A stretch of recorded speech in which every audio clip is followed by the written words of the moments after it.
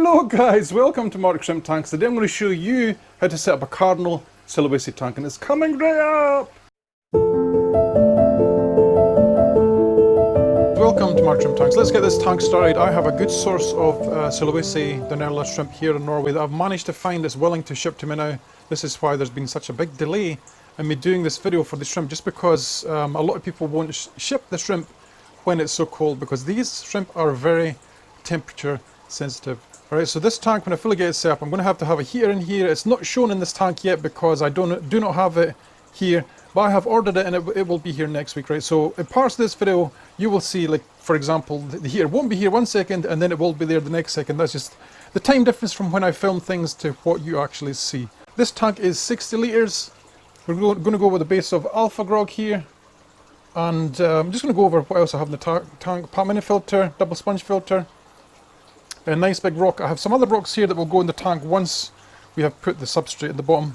Sulawesi mineral 8.5. I went with this one instead of the weaker one. I don't know if you call it weaker, the one that has a lower pH, because I've seen people have better results with this, right? So it's easier for me to do slightly less of this and get slightly lower pH than 8.5. If you follow what I mean. That water, by the way, has already been mixed in my RO container away over in the other part of the room. So it's getting ready to go in here. For that, by the way, guys, as well, let me quickly say this. It says on the container here to use 1 flat scoop per 20 litres of water, right? This tank will be 40 litres probably of water. The one behind it was 36 litres, right? So this will be 40 minus all the substrate and stuff. So that is what I've done. This salt takes a little bit longer to dissolve as well, right? So you have to bear that in mind when you're adding it. When you add this to your RO water, it doesn't always show up first, the proper TDS. Right, so I've just checked mine's over there just now after I put this in, and it says only 40. And I'm like, what? That's not right. But then you have to give it time to dissolve properly. Right, so I'll probably give that a couple hours to dissolve. Right, we're going to use Seacom Stability. I'm finding this quite a good one to run in my tanks because it works. Okay, this will put anaerobic bacteria and aerobic bacteria into your tank, which is quite important. We will dose this every single day for a week. This tank, these filters, by the way, they come from another tank, so this will be semi-cycled, but we need to get this tank full of algae, right? So this will help with build-up of biofilm, etc. as well. Alright, again, we have the Chisora light on the top. This one is awesome for building up algae. I'm just going to quickly show you the Opaula tank, and you'll see what I mean. So we want that similar kind of effect over here. Right, so I'm just going to quickly take out this rock. Right, so we're going to put the base in here. This tank is it was already washed. This gravel was already, I think this actually came from one of my filters actually, that's probably why you're seeing the mineral balls in there too. Right, so this is our substrate here, this is Alpha Grog. And this is formed from, I do believe it's formed from the leftovers from when they make glass, right? So this is like melted sand kind of thing. And it's a really, really good filter medium as well. That's why I used it before, but it makes a really nice substrate, right? I've checked online on a few different videos, etc. on the Sulawesi setup, and every one I saw, right, it was hardly any plants, right? So we're not going to go with any plants in this, we're going to go with rocks, and we're going to cover the whole thing with biofilm, right? So let's just quickly get these in. The rocks here, these were ones I took from the garden. Some of them look really, really cool. And some of them I have to be careful of, right? The ones like this, look, see how it's almost tilting? I want this in this tank, but we cannot afford it for it to fall over, right? So unless there's a very heavy shrimp in here, I mean, I'm pressing quite hard on that there, it's going to be fine, right? So just park your stuff underneath, make sure it's all set up like this. Get your second rock. I'm just going to quickly escape this like a basic, as basic a rock setup as can be, right? Because all I'm interested in here is a breeding shrimp. You guys know this, I love to breed shrimp, right? So we have 3 more little rocks left. This is just to give it a little bit of a natural feel. A couple of little rocks here and there, and this is it basically. And the next thing we're going to do, guys, is we're going to fill this with water, right? And it's pretty important with Sulawesi. We'll talk about temperature a little bit here because, as I said before, these shrimp are very sensitive to fluctuations in temperature. I have bought what I consider an expensive heater for this. It was like $40 for a small 50 watt heater. That's good for the size of tank. And then we need to heat this tank, guys, to, I think it's 27 degrees Celsius, right? Because these shrimp are so sensitive, they will die without it being that hot, right? So this is why a lot of people won't ship them to me, because they will die in transit. Whew. That was quite the mouthful. Right, so the reason I'm doing it this way as well, guys, is I want this to be a look-through tank as well. Right, so if the shrimp here, you can imagine on the side, I want to be able to film them from the side and rocks and stuff from any angle, because these shrimp are gorgeous. And so we're going to add our water, and then we're going to add our bacteria. We'll do that in a second. Okay, one momento. Okay, while this fills up, which might take a little while, let's put in the bacteria. Right? You must give your cecum stability a good shake before you put it in. This tank is going to be awesome, guys, I think, because I really, really love and dig the way Sulawesi Donella shrimp look. They come from Indonesia, as far as I know, from a certain type of lake, and they are gorgeous, right? So we're going to put in, let me see, 5 mil the first day, maybe no, 5 mil the first day. I keep on getting mixed up with the measurement in this. 5 mil without spilling it. Please don't spill it. And then 5 mil for 7 days. Oh my god, I almost didn't make it up there without shaking really bad. Let's put it in. Probably shouldn't do that there, but this is how I'm doing it for camera. Right, so what we'll do, guys, is this light will stay on for weeks, basically. This tank next to it, let me just explain. This tank next to it has been on for 3 weeks. This tank has the shrimp already ordered for it once they come. This tank, by that time, we should start to see some biofilm in here. What I'm also going to do, guys, as well, because this is basically a seeded tank. These two filters in here, as I said, are already, they already have bacteria. And this filter came from a working tank, right? I have a tank over here that has 3 filters in it like this. I've just taken one from it. And that's the awesome thing about when you have more filters than you need. It's easy just to take one from another tank, right? So I'm saying 3 or 4 weeks for this to cycle. In reality, this is probably will be ready within a week. But I want to see lots of green on the rocks and stuff anyway, right? So the tank behind it that you can probably see in the glass will take about 2 weeks for the algae to take a really good hold in the tank, right? So that is salt water, the one next to it. This one here is fresh water. So I would imagine the water, the algae that's in the water that will be present and everything that will be present in the filters, the rocks, it will form faster. While we're waiting on this tank filling now, because it's not even quarter of the way up yet, we're going to add some Phenolic NutriDust. You've seen me probably use that in another tank, and you can see how well it forms biofilm. Right? That's what we're wanting, right? In the other tank, the same size as this, I put in 3 scoopfuls, so that's what we're going to do today. Right? And this might seem excessive with nothing in the tank, but all this does is it gives the bacteria a chance to eat something in the tank and reproduce. And algae and stuff will also grow from this too. Right, so we put 3 scoops in like we did to the other tank, as I said before. In a minute or two, we will also add the filter. We'll put the filter back on to get the tank going. Right, and realistically, guys, I probably could have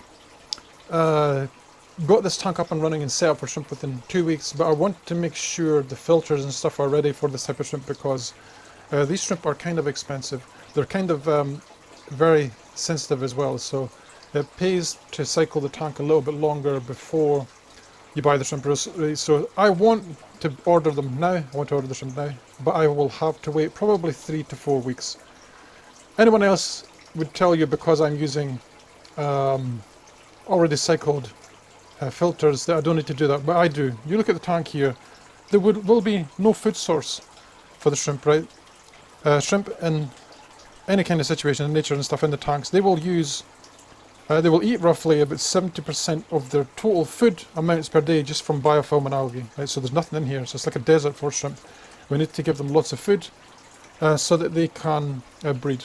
We need to give them lots of food in a good way, not a bad way where we're adding tons of our processed foods. We need biofilm and bacteria to build up first, alright?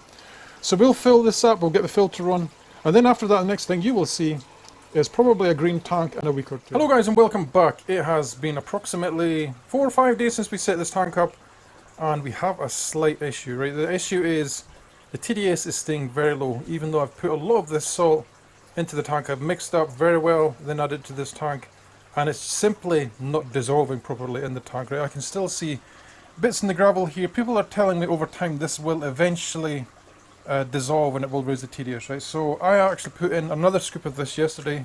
Let me see, I'm not sure if you guys will be able to see this. It's 101. I'm not sure if you'll see that or not. Maybe if I put it over here. Probably not because of the light. Right, so it's 101, right, and it's a lot under. This should be approximately between 140 and 150 parts per million in this tank for Cardinal Sulawesi, right? So we have to fix this. I could leave it and just chance that it will fix itself, or we could be proactive and try and fix it another way, right? So this is the salt. This is the one we're using. This is salt, Sulawesi mineral 8.5, right? And I went with this one, guys, instead of the other one because I've seen people have better results using this with the type of shrimp that we're going to get, right? So this is why I chose this. The only issue with this is it's kind of hard to dissolve, right? So what we're going to do today is, it actually says this on here as well that I completely missed when I made the first part of this video, is it says you can actually use CO2 in the tank to help dissolve the minerals, because CO2 is an acid and it helps dissolve any minerals in the tank. By dissolving the stuff in the bottom, it should raise the TDS to its proper value, right? So that is what we're going to do today. So first up, we have this DIY CO2 kit here that I've had for ages, never really used. But I thought today would be a good time to use it as well. We have a little diffuser here. Let me just quickly put this over into the sink because we are going to be doing some basic chemistry. Right, to make CO2, what we're going to do today, guys, is we're going to make a citric acid solution, and we're going to make it drip into a container that has bicarbonate soda, right? And what that does, the byproduct is CO2, and it will come up and go into the tank, right? So it's that easy, right? So we have to measure our stuff. Tear, come on, Tear. We're going to need this little funnel just to help us get the stuff into the containers. So basically, we're going to have a bottle A. The bottle A will be the citric acid in the solution, and this will be a dry solution of baking soda, right? So we need probably 200 grams of citric acid. Let me just measure this out first. We're going to tear this because it's be easier for us to mix it in the bottle, I think. Is it tearing? Yes. Right, so 200 grams. Come on. Doesn't have to be 200 grams. Probably 100 grams would be enough for what we're doing, because I'm not using this for like any length of time. You probably also use yeast if that is what you want, right? So it's roughly 200 grams. This we put into a little container. And before I add the water to this, because this funnel is dry up here, it's dry inside, we're going to add our bicarbonate soda as well, because it will be hard for me to put in if the funnel is wet. See, you've got to use your brain, use the old peanut. Right, so this should be 200 grams. This is our bicarbonate of soda. This might be a wee bit harder to go in because it's a little bit clumpy. We need to add our water. We're going to go with 200 grams of water as well, like so. I just give it a shake. I mean, you can see yourselves as well, guys, when you look in the bottom if it's dissolved. But I can't see any solid parts in there. See, it's all fluid, right? So it's all dissolved already. You can get these on eBay for like $10 or something. The little part of the ball goes into the solution side, and you close the lid. And it's actually better if you just hold the bottle still and then close the lid. Let's see which way it is. I think it's that way. Right? Just make sure it's tight. Make sure all your joints are tight. Make sure everything is superb, because you don't want to waste your time doing this and then it not work right. We have our little setup here for our glass CO2 thing. I'm just going to quickly put this in. What we'll do here as well, guys, is I'm going to put this as low as I can in here, and we're going to switch off the air because I want this tank to be full as possible with CO2, right? I'm going to support the glass, press the little sponge thing on, little rubber thing, sponge, nothing to do with sponge. I saw the sponge inside sponge. Right, and when I first did this, guys, I thought to myself, it was actually this setup, I thought to myself, it's actually not doing anything. Why is there no CO2? Right, and there's a little secret with this that I've actually forgot to tell you guys, is you actually have to squeeze the first bottle until it comes up to at least halfway here, and it works on some kind of vacuum. You'll see.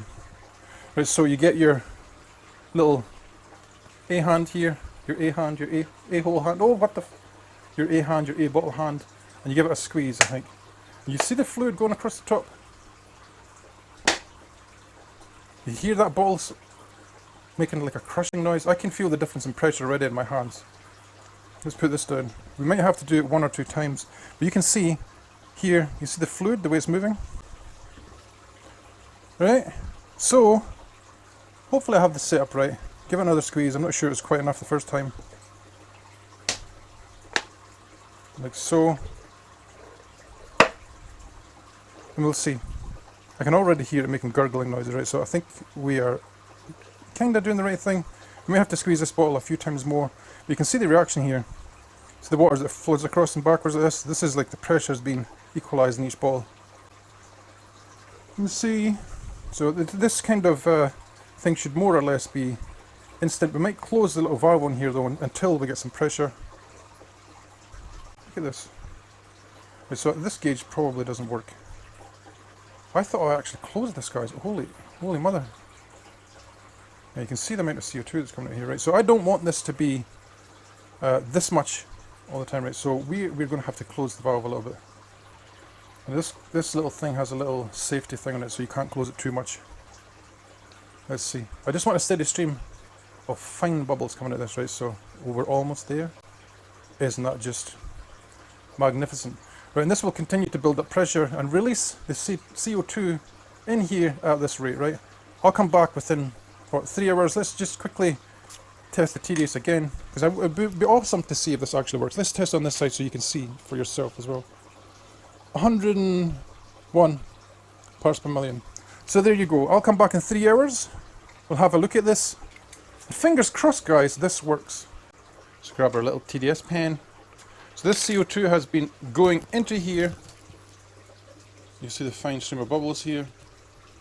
Overnight, right? So it's been, let me roughly work this out, maybe 14 hours, 16 hours, something like that. So we have our calibrated TDS pen. Let's get this in here and let's see how high it's went. Let me shake it, because I always shake it to get some bubbles at the top. And that reads 150, right? So this definitely has worked. What I'll do, guys, is I'll keep this on until the gas runs out, and then I'll off gas it for a couple of days, and then I'll take a proper reading of it again to see what the TDS is. If it's over my goal TDS of 141, then I'll take out some water and add some pure RO water, right? And this is how we'll get our target TDS. To get your target TDS as well, all I've done is take the recommended US semen from here. If I can see it quickly. Where is it? Can't find it. Anyway, it's on here. The US Siemens, this is a conversion they have on all these mineral shrimpy things. To convert them, all you do is you divide the Siemens by 1.56, I do believe, right? So that's how you get your TDS. That's what I do with all my tubs. It's just easier for me to measure. Hello guys, welcome back. It has been quite a while since we did an update on this little Sulawesi tank here. It's still being set up. It has been 4 weeks. And you can see there's lots and lots of algae built up. There's lots of algae on the glass, biofilm, etc. I've actually added some trumpet snails in here as well. I think it's a good idea, guys, when you get into making shrimp tanks, that you add snails quite early on, because they will help. Basically, they will help the cycle, right? And they'll also eat any food that you put in here, because I've been feeding the tank tiny bits of food as well, just to make sure that we keep the filtration going nice and smooth. I've also added a little heater here to the back. This is only a 50-watt heater. I did actually have another heater in the tank, but it broke. So the plan with this as well is, I'm very wary about these shrimp because they are kind of expensive. They're almost $15–20 each. That I will have to put in place some kind of safety measure here with the heaters, right? So what I'm going to do is I'm going to get another one, same size, and we're going to add it over here into this corner. And what this will do, guys, is if one fails, the other one will still be there to come on, right? The only main issue with any kind of heater that I've ever really had is I've had ones where they stick on and they keep on heating the water. But when you use small heaters like this, there's only so hot they will get the water, right? And hopefully, before it gets too hot, you will notice it and you'll be able to fix it, right? I think what we'll do next is, part of this new way I'm going to do stuff is we are going to add some cherry shrimp to this tank, right? We're going to add something like 10 cherry shrimp to this tank. And when we get Sulawesi shrimp here, they can go and live in this tank with the cherry shrimp until they reproduce, until they have their own babies, right? Because there's one of the biggest pitfalls I see with people when they don't get enough shrimp and they put too much food in the tank, it starts to pollute the water. So you can see where I'm going with this. We add some cherry shrimp. Look at that lovely, nice algae built up here. And I think it's also worth mentioning, after the first week, this whole tank was green. It had loads and loads of strands of green algae. I didn't really film it, but it was really, really bad. And the snails, they went to work and they cleaned the entire thing. I've also put the lights back down to 6 hours instead of 12, because these were on constantly. I put it back down to 6 hours, and it seems to helped with the string algae quite a bit. Right, so the next thing you will see, as I said, is me adding some cherry shrimp. So I have taken 10 painted fire reds out of this tank here and placed them into this bucket here that you can see. And what we're going to do, guys, is we're going to drip acclimate these shrimp for 3, 4, 5 hours, something like that. Now you can see how many drips there is a second. I'm talking 2 or 3 drips a second here. I want to let these shrimp acclimate for as long as possible because there is a little bit difference in the water parameters between this tank and the tank that they've come from. Right, this is a harder water tank.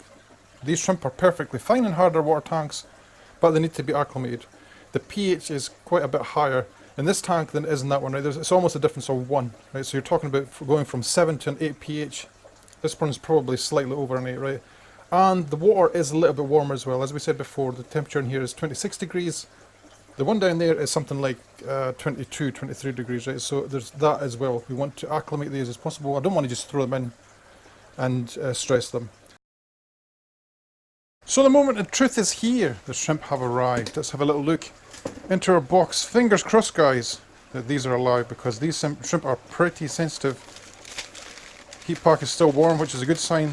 They only took a couple of days to get here from a place that's not so far away from me, so I have a good feeling these guys will be alive, especially when the heat pack's still good and going, right? So we have, I think we have snails with this as well, so we'll unbox them together. Snails, some Sulawesi type snails. So let's just be gentle. I don't know what's in each one either, so I can see there's quite a few packs. I have to thank Jan again for agreeing to send these to me when not a lot of people would. So here we have, what are these guys? Some kind of black snail with an orange head. I think I know what these are, but I couldn't tell you the name. Okay, so we're going to quickly, guys, put these into the bags as well. We're going to acclimate them all at the same time. We'll see what the temperature is. Of course, we'll check the TDS, etc. And this type of Sulawesi snail, I do believe, is a live bearer. So let's see, there's 5 beautiful snails there, right? So we'll just chuck all the garbage to the side. Let's get your faces up here again. Because I'm interested to see if these snails are alive. These snails, these shrimp. You know what it's like, you get such a sensitive species, and then you're not sure if they're going to be alive or not. Right, so the issue with these guys is the temperature, as they are pretty sensitive to temperature changes. Right, so let's have a little look. Please, are they alive? They are. These ones look a little bit blue. I don't know if that's a sign of anything. But these are Cardinal shrimp, right? So we'll just cut off the top of this bag as well. Let me just point you down the way. I think they're blue. I'm not sure. They're meant to be red. Red. Let's get this bag out here. I'm just a little bit eager to get these guys out here sooner rather than later. Just because they are sensitive to the temperature, as we've just said, right? So just check the bag. No shrimp in the bag. Let's get into the next one. 1, 2, 3, 4, 5, 6. I think I ordered 20. Well, to tell you guys the truth, I actually won 20. And the snails. You actually included the snails as well, right? So for that, I'm very, very grateful. But I don't know if it comes out on your screen, guys, but don't they look blue? And the water is a little bit colder. You don't think? Hopefully you can see that. Some of them are red, but some of them are blue. Maybe there are blue ones in here, I don't know, because you do get blue Sulawesi too. But these are meant to be Cardinal Sulawesi, right? So let's first check the TDS. 500 and what? Is that right? That can't be right. 568. Let me quickly grab my other TDS meter, which is up here. That TDS is very high. 553. The water is liquid rock. Let's try both of them at the same time. 520 million. 550, 564. Look at the temperature. Because my tank is only 140. Because I'm going by the recommendations of people that make the buffer for this type of shrimp.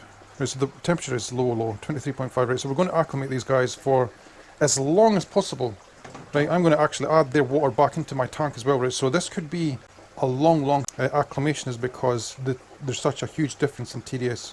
Fingers crossed they will be able to cope with it, right? So let's get them in here. I've already got the drip acclimator ready, as you can see. Right, and I need this to be a faster drip more than anything, right? So let me quickly turn this around just a wee bit.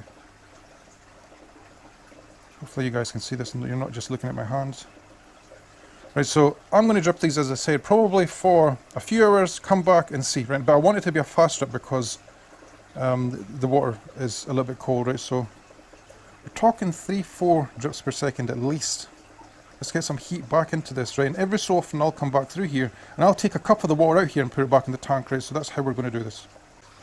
Okay guys, that was a drip and a half. That was literally 10 hours of dripping just to get these guys into the range of us going to be able to safely add them to the tank, right?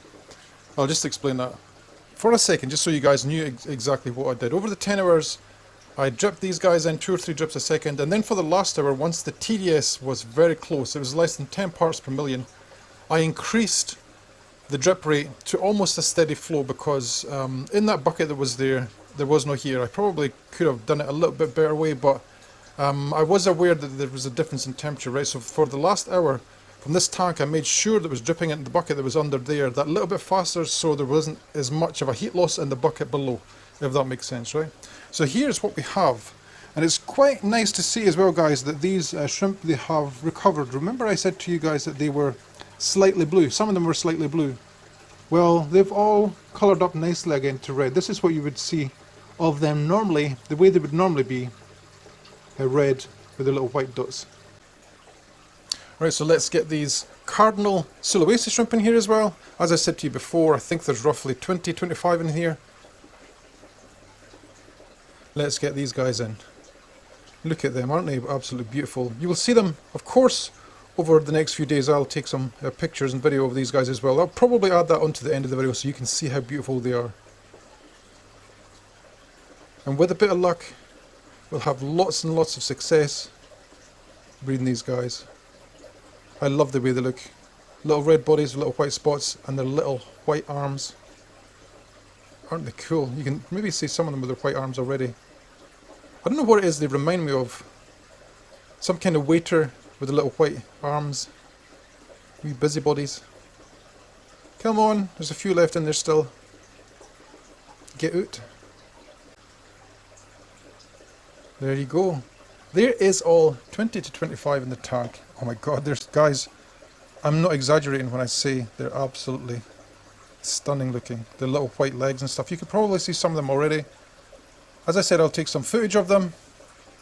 Like the video if you want to see more of this kind of content as well. Please leave a comment as well if you actually keep these and if you've had any success with them, okay? Enjoy the rest of the video.